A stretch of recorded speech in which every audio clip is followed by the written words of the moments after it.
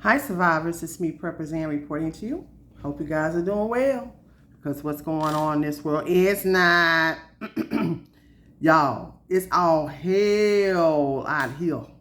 I'm talking about all hell. If you out in the country, in the rural area, you better thank God for it and pray and hope what's going on in a lot of these cities don't come your way, because if these demon rats stay in office, we all in trouble. We are in trouble anyway. Country, city, rural, it don't matter. Allegedly. But that's what's really going on. I'm telling y'all. Now look how they done set these people up, how they set us up. I know I talk about this topic a lot because I told y'all a couple of years ago, when that man got in office, I say, they let them people through here, it's going to affect the poor communities. It's going to affect the black communities most of all, because what are people going to go? Y'all think them rich neighborhoods going to have them people in their neighborhood? Look, and in the poor white neighborhoods, they're mostly in the rural area. You do have some in the cities, but they're mostly in the rural area. But the neighborhoods that's feeling the major effect of these illegal migrants are people of color. And this is just facts. I'm going to show y'all this video right now. Now look, this is what I want to show y'all. This is what I want to tell y'all. These no good demon rats, they use black politicians to hurt black people.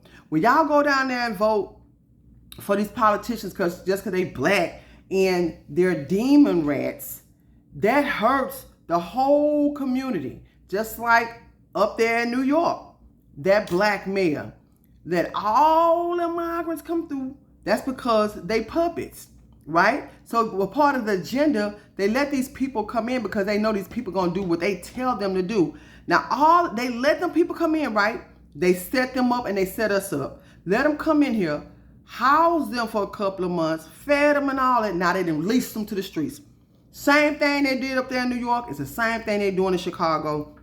And the same thing they're doing in California and all these other demon rat states and cities. Set all of us up. Now they're inundating the poor black neighborhoods, the poor neighborhoods. And they are ravishing these communities, y'all. They out there with crime, prostitution, drugs, etc., etc. And it's getting worse. They let them come in here, but they ain't got no way for them to exit.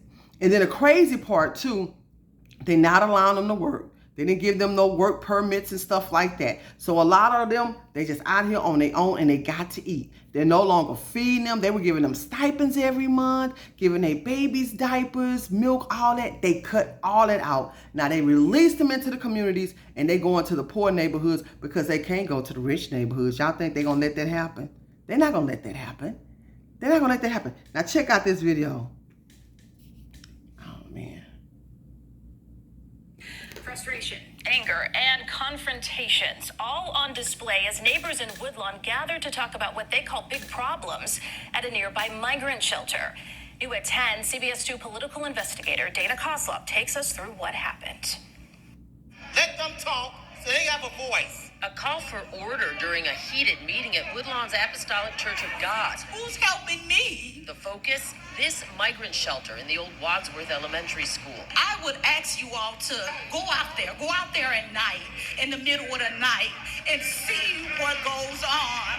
What's going on, according to community members, is loitering, late-night partying, littering, prostitution, and at least one fight between migrants and residents. It got a little heated.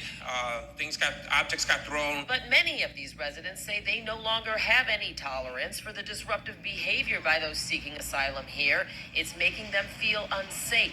They disrespect us, they rob us, they harass us. And their patience is wearing thin. Let me say this. They got one more time to deal with it, because otherwise, next time they deal with it, they're going to deal with it from the streets. We're going to take over it. Nobody's going to be able to stop us from what we're going to do to them.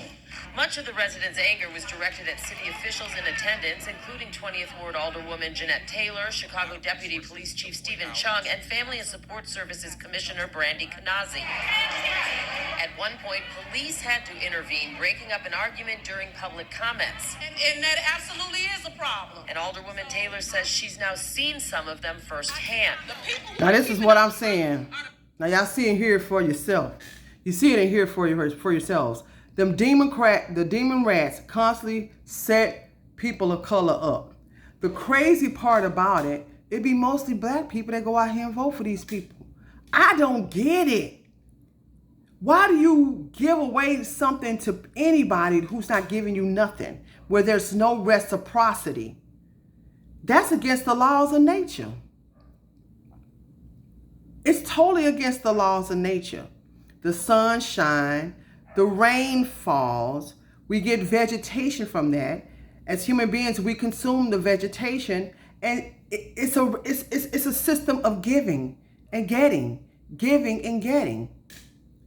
The trees, they get the rain, they get the sun, and then they give off fruits and vegetations, and the earth does, and the earth as well gives out fruits and vegetation to the people.